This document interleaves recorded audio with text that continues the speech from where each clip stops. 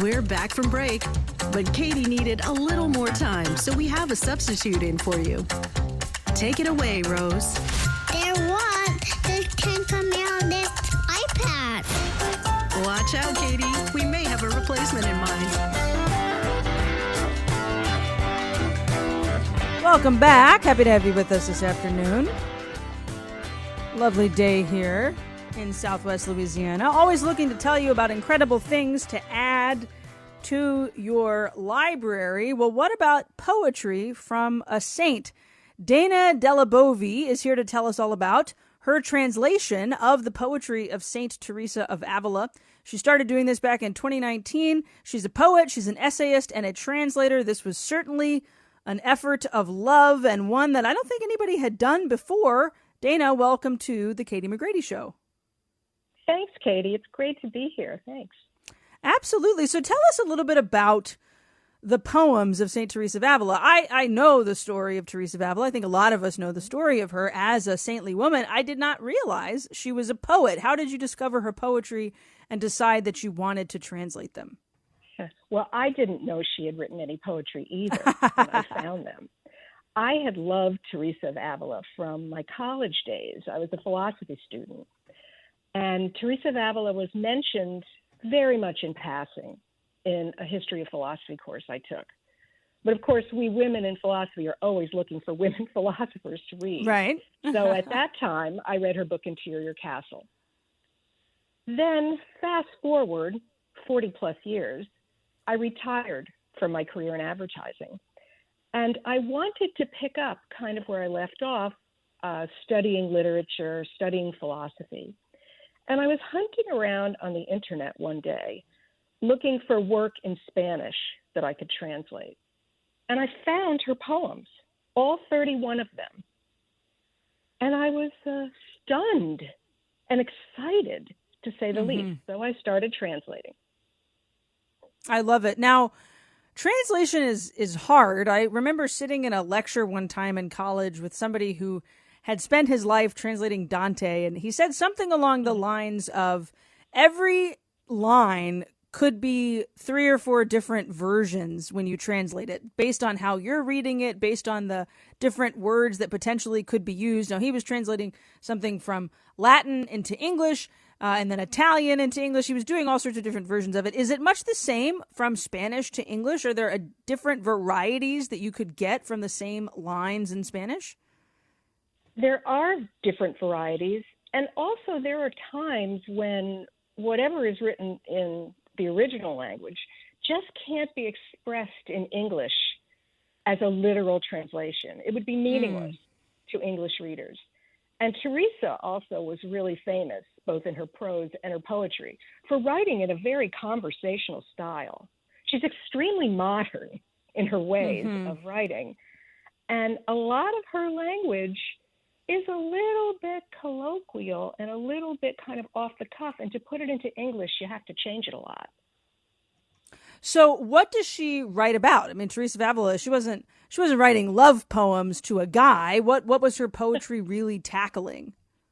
Well, yeah, she didn't write love poems to a guy, unless that guy is Jesus Christ. Is Jesus, right. There we go. Because she wrote a lot of love poetry to him.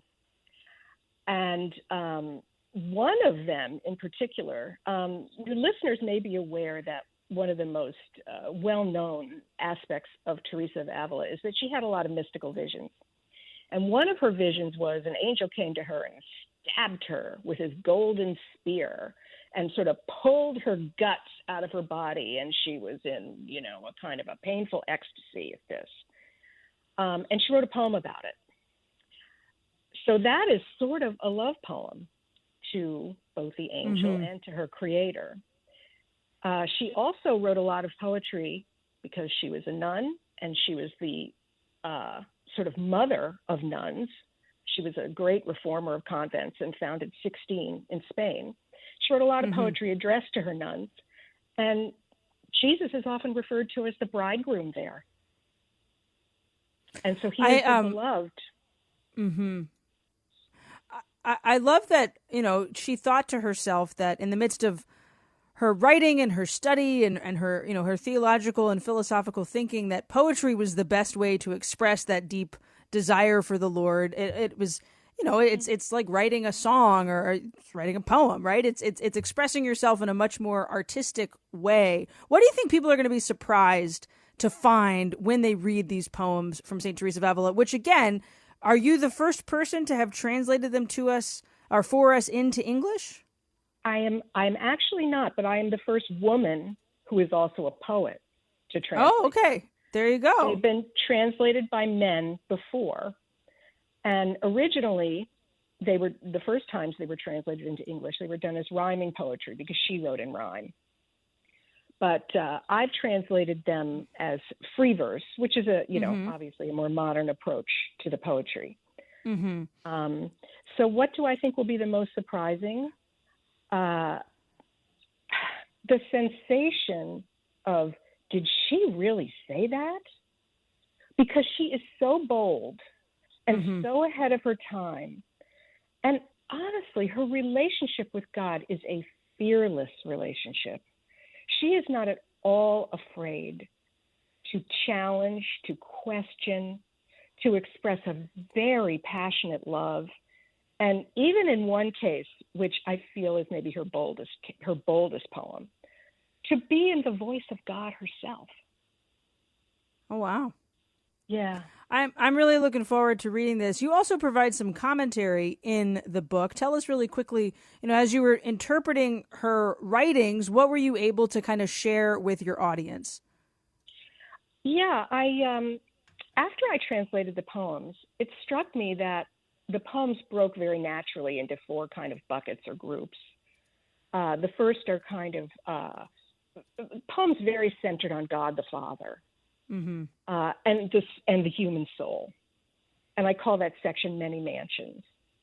Then there's a section of poems dedicated to her nuns, which I call O Sisters. Then a section of Christmas poems that all take place on the night Christ is born, and they are dialogues among shepherds. Oh, and wow. Then oh, wow. I love that section too. And the final section, which I call Made Flesh, which is really about Christ. Mm-hmm. And also about some saints. And it struck me when I sort of saw these buckets that I needed to break the poems up into these buckets and write a little essay about each one of these sections. And so, I'm not an academic, so I couldn't write a totally academic essay. Right. But I could write an essay from my personal spiritual journey with the poem. Yeah. And that's what I did. I'm so excited to take a dive into this. Dana, thanks so much for taking the time to join us. Go to sweethunter.org to grab a copy. Everybody should read this. It's a great dive into the life of Teresa of Ávila by way of her beautiful poetry, translated by Dana. We'll be back tomorrow with a whole lot more. Thanks for being with us today for the Katie McGrady Show here on the Catholic Channel, Sirius XM 129.